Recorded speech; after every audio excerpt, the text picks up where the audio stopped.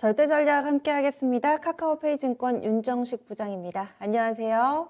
네, 안녕하세요. 네. 오늘장 한마디부터 알려주세요. 네, 단단해진 거래소라고 정해봤습니다. 네. 분위기가 확 바뀌었죠. 그동안은 중소형주에서만 수익을 추구하셨던 분들이 많으실 텐데 삼성전자를 중심으로 강해졌습니다. 한마디 이렇게 잡으신 이유 알려주세요. 네, 조금 전에 말씀드렸던 대로 사실 거래소, 시장이 다 그렇죠. 단단해지려면 다들 많이 사야 되고요. 그 힘이 좀 느껴져야 됩니다. 그런데 거래소 보시면 시가총액 상위 종목들 수급 상당히 호조세를 보여주고 있고요. 삼성전자 특히 굉장히 매수가 많이 들어오고 있죠. 금년 들어서 외국인이 매수한 금액의 절반 정도가 삼성전자고요. 다른 시가총액 상위 종목들 대부분이 수급이 좋은 모습들 보여주면서 사실은 같은 금액을 사더라도 상위 종목들 사면 확실히 힘이 좀 많이 느껴지거든요. 그런 모습들이 거래소에 나타났고요. 전일 미국 시장 조정이 나왔음에도 불구하고 금일 코스닥은 조정 나오긴 하지만 코스피는 상승하는 그런 모습들 보여주고 있기 때문에 전체적으로는 3,000원 아래이긴 하지만 그래도 거래소는 상당히 좀 단단해졌다라고 보시면 되겠습니다. 네. 그러면 거래소의 외국인 수급을 중심으로 해서 이런 부분들 봐주셨고요. 그리고 또 볼만한 오늘장 체크 포인트들 어떤 게 있을까요? 네, 첫 번째로는 외국인이 사실 장 초반에 매도를 했었는데요. 지금 매수로 바뀌었습니다. 근데 장 초반에 매도세가 있었을 때에도 외국인은 전기전자는 샀었는데요. 삼성전자, 하이닉스 매수세가 들어왔습니다. 그리고 매수로 바뀌면서 전기전자의 순매수 금액 더 커졌는데요. 지금 보시면 이 장 끝났을 때 봤을 때 전기전자로만 2천억 이상 순매수가 들어왔습니다. 기관도 1천억 이상 들어왔고요. 굉장히 좋은 모습 보여줬고 전기전자 사면서 최근에 트렌드죠. 외국인이 전기전자 매수하면 운수장비, 자동차 업종 같이 삽니다. 자동차도 300억 이상 순매수가 들어오는 외국인의 좋은 수급의 모습. 외국인이 지금 605억 원 거래소 순매수지만 전기전자 운수장비 합치면 2,500억이 넘습니다. 두 섹터만 중점적으로 사고 나머지 섹터는 관망세 혹은 매도에 대한 모습들을 보여주고 있는데요. 외국인은 거래소에 전기전자, 운송장비를 매수했다. 이거라는 게 첫 번째고요. 그리고 두 번째로는 3천선 아래에서는 금일 상승폭이 좀 제한적이긴 하지만 미국 시장 빠졌음에도 불구하고 거래소 상승을 했습니다. 3천선 아래에서는 상당히 좀 단단한 이 모습들 그리고 가격적으로 충분히 매력이 있다라는 부분들을 외국인의 수급이 금일 같은 경우 증명을 해줬고요. 2,900 아래로 갔을 땐 더 확실했었죠. 그래서 3천선 아래에서는 대형주들 좋은 모습들 나온다라고 보시면 되겠고요. 근데 코스닥은 좀 반대였죠. 거래소는 대형주들 좋은 모습 나왔습니다. 하지만 코스닥 같은 경우는 개인주들과 같은 최근에 좀 많이 올랐던 종목들, 코스닥은 금일 시가총액 상위 종목 대부분 조정이 나왔죠. 특히 개인주들이라든지 2차전지 관련한 종목들 중에서 단기 급등했던 종목들 이런 부분들은 상승 종목들 조정하는 모습이 금일장에는 나왔다라고 보시면 되겠습니다. 네. 그러면은 이번 주에 주요 증시 일정들 어떤 거 보고 계세요?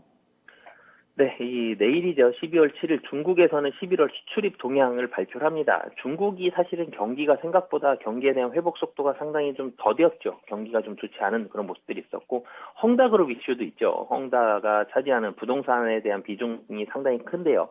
중국이 한마디로 경기가 좀 좋지 않으면서 철강주라든지 화장품주라든지 반등이 상당히 늦게 시작을 했습니다. 그렇기 때문에 중국 수출입 동향 보시면서 중국 경기가 어떻게 되고 있는지 한번 판단을 해보셨으면 좋겠고요.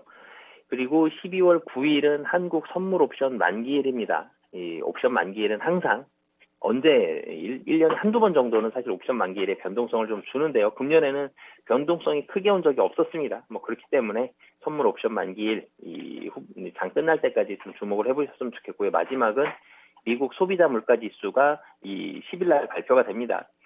이 미국에서 지난주에 고용 보고서가 좋지 않게 나왔죠. 그럼에도 불구하고 테이퍼링 얘기가 나왔는데 소비자 물가지수는 높게 나올 것으로 보여지는데 물가지수가 좀 높더라도 테이퍼링 얘기가 계속 나오는지 사실은 물가지수, 고용 보고서 이런 것보다도 테이퍼링에 대한 이 언급들 코멘트가 더 중요합니다. 이런 코멘트들 어떻게 나오는지 여부 잘 판단하셨으면 좋겠는데요. 지난주 금요일에 고용 보고서 좋지 않게 나왔음에도 쇼크 수준으로 나왔음에도 불구하고 테이퍼링은 그대로 이루어진다라는 내용의 언급들이 나오면서 사실은 시장의 기대감을 좀 무너뜨리면서 미국 시장이 조금 조정받는 그런 모습을 보여줬거든요. 그래서 이번 주 금요일에도 미국 CPI 물가, 소비자 물가 지수가 어떻게 나오는지 그리고 그 뒤에 이 연준 의원들이 특히 뭐라고 얘기하는지 잘 주목을 해보셨으면 좋겠습니다. 네. 그러면 시장은 한 주 동안에 이런 일정들을 중심으로 해서 영향받으면서 움직일까요? 한 주의 시장 방향성을 잡을 만한 포인트는 어떤 쪽으로 보세요? 네, 우선은 사실은 이 최근 시장의 변동성을 촉발한 요인이 이 오미크론이었습니다. 이 오미크론에 대한 확진자 수가 계속적으로 발생을 하고 있는데요. 지금 사실은 확진자가 4, 5천 명대로 국내에만 해도 늘어났는데 사실은 주식 시장에는 큰 영향을 주지는 못하고 있거든요. 그런데 여기서 추가적으로 굉장히 좀 크게 급등을 해서 8천 명, 1만 명 이렇게 좀 많이 늘어난다 그러면 그때는 영향력을 줄 수가 있습니다. 5천 명에서 6천 명 늘어난다 이런 부분들은 영향이 없겠지만요. 그래서 오미크론에 대한 확진자 수가 급격하게 변동을 하는지 여부 체크를 해보셨으면 좋겠고요. 그리고 두 번째로는 제가 이번 주 증시 일정 말씀드릴 때 이 소비자 물가지수 발표 이후에 이 연준 위원들, 특히 연준 위원들의 이런 이 테이퍼링에 대한 이 코멘트, 언급에 좀 주목을 해보셨으면 좋겠다라고 말씀을 드렸는데, 테이퍼링 지금 얘기가 내년 금리 인상 한 번까지는 사실은 시장에서 예상하고 있는 부분인데, 내년 금리 인상 한 번을 벗어나는 금리 인상 두 번이라든지, 금리 인상 시기를 좀 당겨야 된다라든지, 이런 부분들이 나오면 시장은 다시 한번 출렁일 수가 있습니다. 금리 인상 얘기가 좀 빨리 나오는지 여부, 체크를 해보셨으면 좋겠고요. 그리고 수급이 지금처럼 진행이 된다라면은 사실 3천선까지 얼마 남지 않았습니다. 거래소 기준으로 27포인트 남았는데요. 27포인트면 1%가 채 되지 않는데요. 이 정도 오르고 났을 때 3천선 이상에서도 과연 거래소 특히 전기전자와 운수장비 섹터를 외국인이 사는지 여부를 체크해 보셨으면 좋겠습니다. 만약에 그 이후에도 3천선 이후에도 외국인 순매수가 강하게 들어오면 상관이 없는데, 약하게 들어온다 그러면 다시 한번 그동안 조정받았던 중소형주, 특히 메타버스 관련된 게임주들 쪽으로 수급이 갈 수도 있으니까요. 그런 부분들까지 체크해 보셨으면 좋겠습니다. 네. 그래서 이 오미크론 상황이 어떻게 돼가는지 미국의 테이퍼링과 관련된 멘트들 마지막으로 외국인 수급을 보자 이렇게 짚어주셨네요. 그러면 이번 주 남은 기간 동안의 시장 방향성 어떻게 예상하시는지 전략도 좀 세워주세요. 네, 이 3천선 아래에서는 확실히 매력이 있다라는 걸 코스피가 증명을 했습니다. 외국인도 그렇고요. 기관도 그렇고요. 3천선 아래에서는 확실히 수급이 크게 흔들리지 않고 밸류에이션 매력이 있다라는 부분들, 사실은 3천선까지 얼마 남지 않았다는 부분이 조금 아쉽긴 하지만 그래도 3천선 아래에서는 안전하다, 비교적 괜찮은 시장이다라는 부분들을 수급적으로 증명을 했습니다. 그래서 3천선 아래에서는 크게 불안해하시기보다는 이 내년 실적이 기대되는 대형주 종목 위주로 접근하시면 좋을 것 같습니다. 네. 그리고 몇 가지만 좀 추가적으로 질문을 드릴게요. 요즘에 중국 쪽에서의 여러 가지 동향이 심상치가 않습니다. 헝다그룹이 이 리스크가 재차 좀 고조되고 있는 상황인데다가 지난주 후반에 미증시에서 디디 추식 이 상장 폐지 이슈 때문에 뭐 알리바바나 징동닷컴 뭐 이렇게 미증시에 상장되어 있는 중국주들이 전반적으로 좀 급락하는 모습인데요. 이 부분은 이 중국 내부적인 이슈 거기에만 국한된 악재로 봐야 될까요? 아니면은 우리 증시에도 좀 어느 정도 영향이 있을까요? 중국이 우선 좋지 않으면 사실은 국내 증시 좋지 않을 수밖에 없습니다. 영향받는 게 사실은 화장품과 철강이 가장 좀 직접적으로 영향을 받고 있죠. 그래서 중국에 대한 경기가 휘청인다. 헝다그룹은 중국 정부에서는 당연히 정부가 개입을 해서요, 이 헝다그룹을 해체를 하고요, 이거에 대한 파급 효과를 최대한 억제시키면서 시간을 벌려고 노력을 많이 할 건데요. 지금 헝다그룹도 그렇고요. 사실은 다른 미국 증시에서 상장 폐지되는 종목들은 사실은 미국과 중국 간의 그런 힘싸움, 미국에서는 어떻게 보면 좀 길들이기 성격으로 힘을 누르고 있는 그런 성격들이 좀 강하거든요. 이게 세계 경제에 충격이 올 만큼 미국에서 세게 압박을 하지는 않을 거고요. 중국에서는 헝다그룹 관련해서는 최대한 시간을 많이 벌려고 할 겁니다.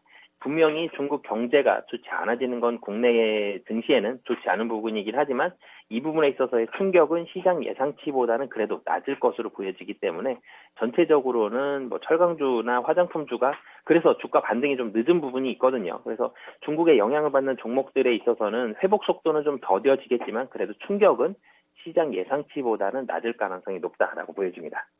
네, 알겠습니다. 자세한 말씀 고맙습니다. 네, 감사합니다. 네, 이렇게 해서 절대 전략 세워봤습니다. 시장 전체적으로 이 3천선 아래에서는 매력도가 있다. 그리고 또 앞으로 외국인들의 수급에 따라서 대형주 장세로 가느냐, 아니면 기존에 강하게 움직였던 중소형 종목군들 쪽으로 가느냐, 그 향방이 정해질 것으로 보고 있습니다. 그래서 외국인 수급 상당히 좀 강조해서 이야기를 해주셨네요. 저희 준비한 내용은 여기까지입니다. 오늘 삼성전자의 움직이면서 많은 분들이 희망을 보셨을 텐데요. 참고로 작년 12월 삼성전자는 21% 월간 기준으로 올랐습니다. 지난해만 올랐을까요? 그 전년, 이 재작년을 보니까 7%나 올랐습니다. 같은 기간 코스피 수익률을 상회하면서 조금 더 나은 움직임을 보여줬습니다. 이번 해에는 산타랠리가 없을 거라는데 대체로 의견이 모아지는데요. 산타가 찾아오지 않는다면 우리가 찾아가는 방법도 있습니다. 선물을 받을 만한 종목군들 12월에 잘 골라보시고요. 시장 분위기 바뀐 가운데서 내 종목만 소외가 돼 있다면 진짜 쉬운 진단 시간 활용해 주시죠. 이어지는 4시부터 여러분들의 종목 고민 말끔하게 해결해 드리겠습니다. 다양한 투자 판단에 대한 도움 말씀드렸고요. 종목의 상승 하락을 보장하지는 않습니다. 내일 다시 찾아뵙겠습니다. 고맙습니다.